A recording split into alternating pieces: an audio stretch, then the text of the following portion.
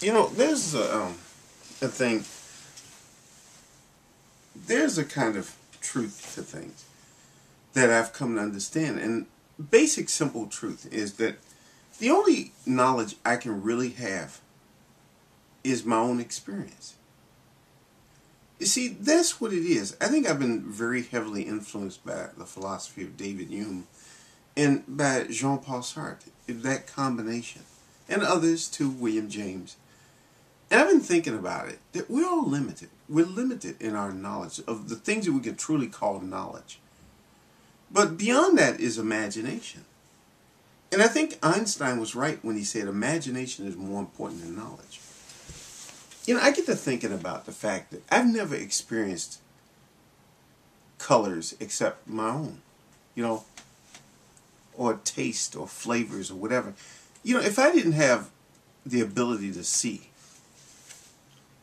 I would not have knowledge of colors. But one thing is, let's say if everything else developed normally except my vision, I would have heard of colors.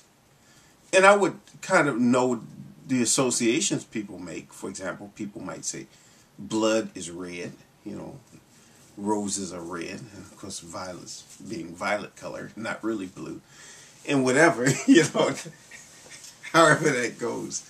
You know, you would know those things in a sense, but you don't really know those things.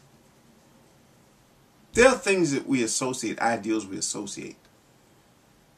But our knowledge, you know, when you get down to what Hume talked about, you know, our knowledge being limited to what our senses tell us.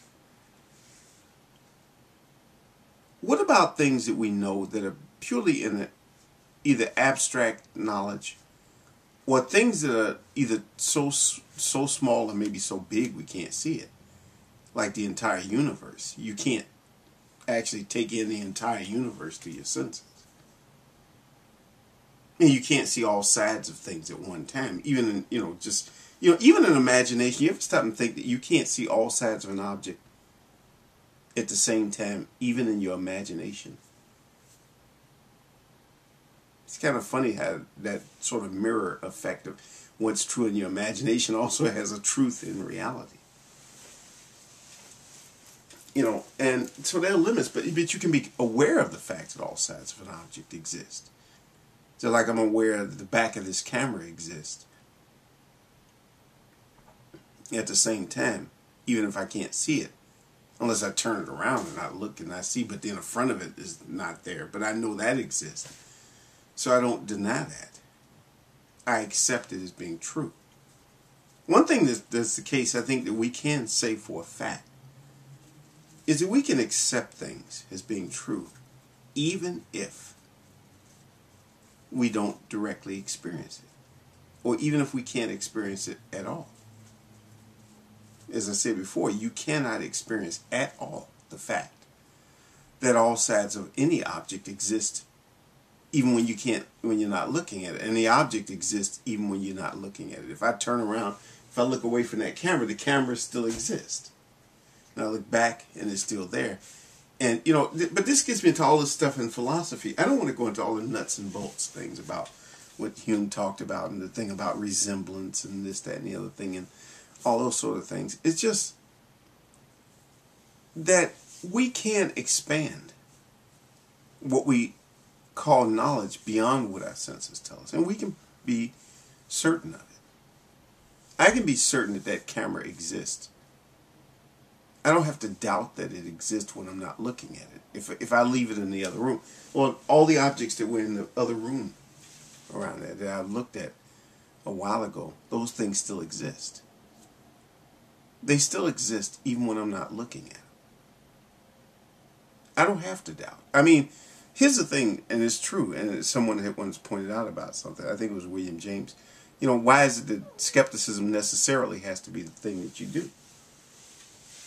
You don't have to be skeptical.